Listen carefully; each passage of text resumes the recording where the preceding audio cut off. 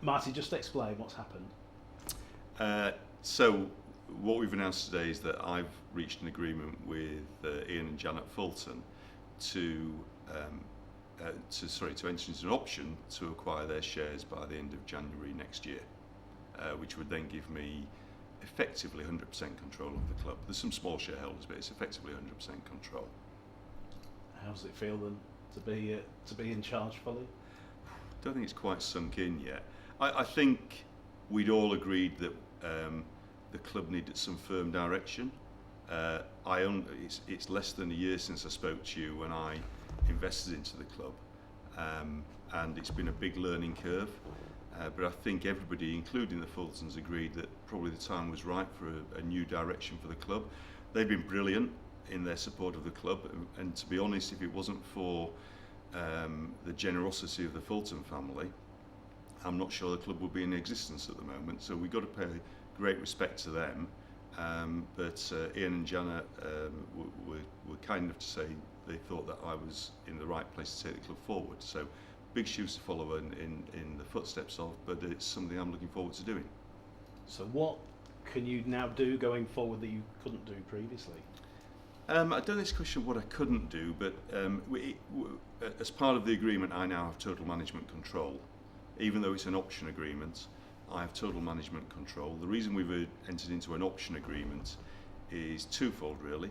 One is I've had a few people have indicated that they want to invest in the club, so I need to really open that up. We've always said we'd welcome new investment into the club, so there is a direct channel through myself for other people who may want to invest in the club.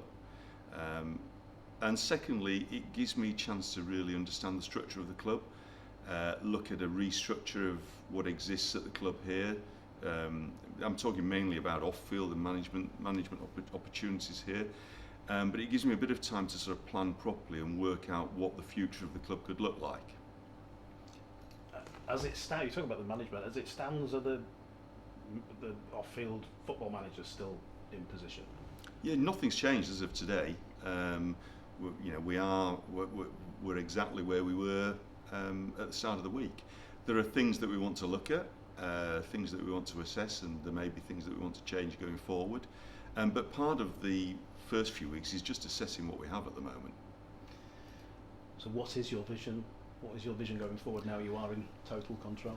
Well, I think I'll go back to what I said to you back in, I think it was in December, is that my focus was really to secure our standing under the IMG grading system. That was my first priority.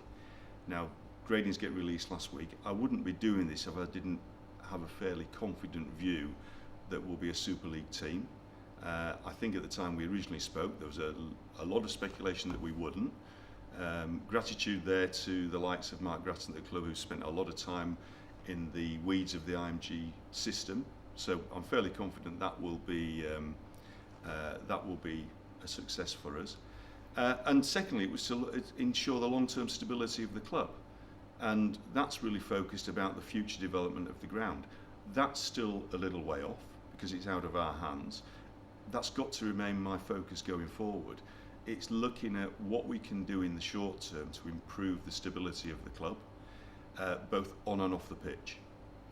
What about changes then? What could fans coming back for next season, could they see some differences in the short term? I hope so, but let's be honest, I'm day one now. I've got some ideas, but there's actually not that long before the season starts in real terms when you're talking about building works, particularly if anything needs planning or whatever. But there are things we can do. I've always said our facilities have certain limitations, we all know that, but they should be the best that they can be. I'm not convinced that is the case at the moment, so let's make sure that we start to tidy up the place and that we make it a different experience and as good an experience as we can make it, both on and off the pitch. What were your thoughts on the season just gone? I actually think we slightly outperformed. I think I said to you last year we might surprise one or two, and I think we did. I was personally quite committed to make sure that, irrespective of the IMG rankings, that we didn't finish bottom of the league this year, so that there could be no question about the fact that we only stayed in because we'd spent the money wisely to work the system. We never really got dragged into the battle of the bottom two. Equally, we never really got into the race for 8th or 9th.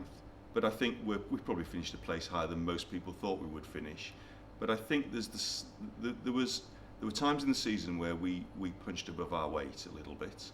We know we're not the finished article. We said at the start of the season we had a lot of young players, but they've now got a year of Super League under their belts, and the coaches have talked about the 3-year plan. It's important that we build on that for next season. But I think we've got a team that have now got that experience playing together. They're a young group. I think they'll benefit a lot from that. We've got to build on that next year.